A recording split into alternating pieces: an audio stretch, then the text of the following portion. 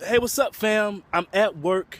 Of course, I'm on a 12-hour shift, so I'm gonna be making a lot of videos today, probably. But I'm gonna just get into it. I wanted to talk about gospel music. First of all, I'll never forget a while ago, Tone, he said, I believe he said it was gospel music that was uninspired, or the gospel message that was so uninspired. And I just have never ever forgot the fact that he said that. And I think him as an artist, whether it be gospel music or this other stuff that he's doing, I respect his hustle. I respect uh, his his creativity, what he brought to the gospel industry alone. I just always see him as Tone, even though he's like B Sled, Ryan Sled now, whatever. He still sounds good, all those things. But what he brought to the gospel industry was much more than anybody has done in a really long time. You know what I'm saying? And he's always been in his own lane. He wasn't Kirk Franklin. He wasn't Ty Tribbett. He wasn't anybody. He was just Tone. He had his own thing going on. He was the peculiar people, so to speak. He was that peculiar person. And he represented, to me, he represented, I wouldn't say the weirdos, but if he was anything like the world, so to speak, he would be the Lady Gaga of gospel music, from his costume to his hair. It was a lot for a lot of Christian folks. And because we underappreciated him, we pushed him away. You know what I'm saying? He made his choice fine. It is what it is. But I still stand on the fact that what he said is so true. I feel like even back in the 90s, even in the early 2000s, remember when gospel you can listen to from top to bottom, or albums, period, you can listen from A to Z. You didn't have to skip a track. You knew all the words. You didn't even have to look up the lyrics, because it just came like that. It was nothing. You know what I'm saying? And it still meant everything. It had meaning. Now, when you listen to a gospel album or music, it's like you got to pick and choose. You got to skip from track 1 to track 8, because track 1 through 7 or 2 through 7 ain't really about nothing. It's not interesting. You know what I'm saying? So even when I have music, I don't try to be different, but I know from my catalog, obviously I'm the one that's making the music. I'm the one-man band. I'm recording. I'm the musician. I play the keyboard and the drums, and I have a keyboard, so I have the whole studio. I have, a microphone, all these things. So I'm a representation of what I like. I like everything. I like house music. I like electronica. I like popish. I like R&B. I like soul. So when you listen to my catalog of music, that represents who I am. You understand what I'm saying? And I feel like gospel music can do so much better. I feel like we've gotten so comfortable that it's not inspired no more. It's not different. It's not fresh. It's just another gospel CD, or it's just some more music to put out. You know what I'm saying? It's very rare that I listen to a gospel album and I'll be like, this is different, but it works. This is new, but it's like fresh and new. You know what I'm saying? It just sucks sometimes. You know what I'm saying? And I feel like, I don't know, I feel like I'm making this whole video about Tone, but he really did bring something different to the gospel game. He just really did.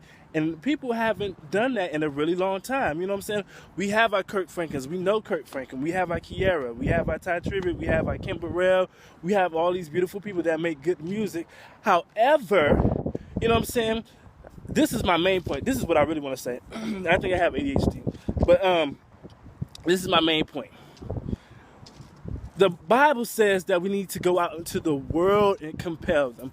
So if your platform is gospel music, then that's what you should do. Not saying that you should compromise or just cater to the world, but all I see gospel artists do is go from, it's almost like being in the chitlin circuit. You go from church to church. You go from church to church, mega church to mega church, this building to that building. I would say stadium, but we can't even fill a stadium. You understand what I'm saying? Like, it's just like, it's always the same thing. It ain't nothing different. You see the same gospel artists feature on the same gospel artist album. It's always the same people. And I dare not say any people name, because y'all like to jump on me and tag me. Y'all done made me, I might as well say y'all done made me famous. Somebody done tagged me in Tina's post today, because she said me and my sister laughing at some of you dummies. That's exactly what Tina said, and this just made me go back to what I said, how she got a nasty attitude. I don't think that was even deemed necessary to put a post, but hey, it's her platform. She can say what she want to say.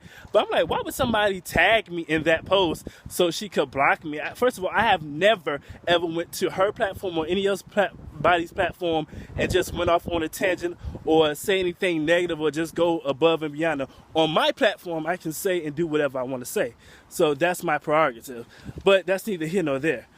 So with that being said, it's just like how people gave Erica so much slack about I love God. I'm like, what is the big deal? Like, you know how many people was jumping on Kirk Franklin back in the day because they felt like he was doing something so different, and not even different, but like he was trying to sound like the world. I'm like, what does the world sound like? First of all, from the beginning of time, music has always belonged to God. So what you talking about? There's no gospel sound. If it don't sound like Shirley Caesar, then it's of the world. Like, what you saying? Like, what's your point? I'm not. Please explain this to me. What is gospel music supposed to sound like? What is gospel music supposed to look like? How are we supposed to dress? Okay, so if we don't dress from top to bottom fully covered up and not wear no lipstick and no makeup, and, you know, we get on horses and we walk everywhere, then we're like, Christ, I'm not getting you. Like, you can't pick and choose. You understand what I'm saying? And that's pretty much I mean, it's so much I can say, but I don't know, it's just gospel music. It's like we ain't really we're not evolving. It's just the same thing. It's every time I listen to a gospel album or music, I'm like, why don't we have music videos? We're lucky if we get one music video from an artist when they have a new album. I just don't get it. Like, why is the world that's singing about nothing have like 5 and 6 videos? They got an album and they don't make a video for every. It's like everybody's a Beyonce.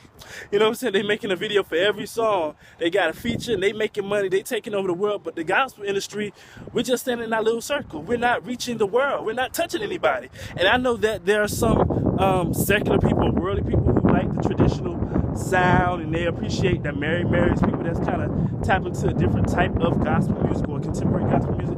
However, we're not reaching the masses is what I'm saying.